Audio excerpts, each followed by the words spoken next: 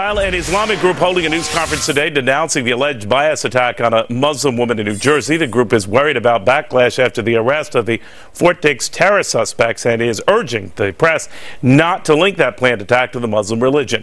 But is it really the media's fault? Many people associate terror with the Muslim religion. With us now is Ibrahim Hooper. He is the national spokesman for the Council on American Islamic Relations, and Jerry Boyer, the columnist for the National Review.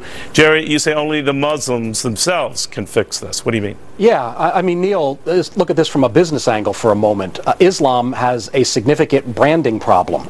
And when an organization, business, movement, or political party has a branding problem, it has to be solved from within. There's only an overreaction if there's something that they're overreacting to. The greatest enemy of Islam in the world today isn't right-wing talk show hosts or the media reporting when Muslim terrorists actually are Muslim. The greatest threat to Islam's brand in the world today is that radical fringe of people who commit violent jihad in the name of Islam. Islam has to solve this problem for itself. Ibrahim, the rap against Muslims is that they're not. What do you make of that?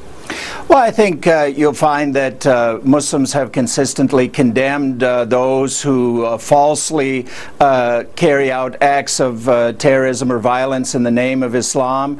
It's something we're vulnerable every day to. Unfortunately, we can do all kinds of outreach. We can preach tolerance and harmony and cooperation with other people and other faiths, but we're always vulnerable to someone who carries out some violent act or threatens some violent act or plans some violent act anywhere in the world. So that's something we're going to have to live with. And I personally don't blame the media for reporting news. When somebody does something that they shouldn't do, that's news. But what we would ask is that Americans of all faiths not use the acts or the alleged acts of individuals to generalize to the entire faith of Islam. Jerry, what do you think of that? Well, I think there's a lot of truth there. I mean, religion is part of this story.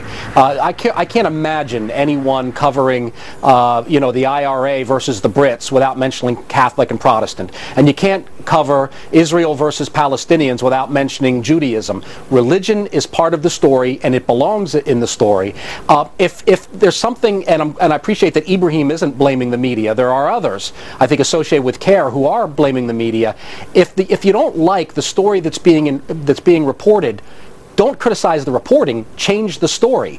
Islam has to change the story. Christianity had a conflict like this. There was 100 years of fighting between Catholic and Protestant, persecution of Jews. We worked it out theologically. Yeah.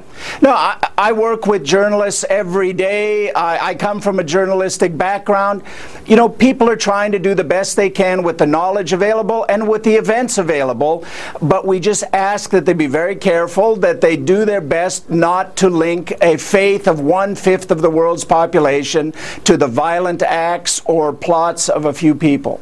All right, guys. Thank you very much. Thank you, Ibrahim and Jerry, thank you. Thank you.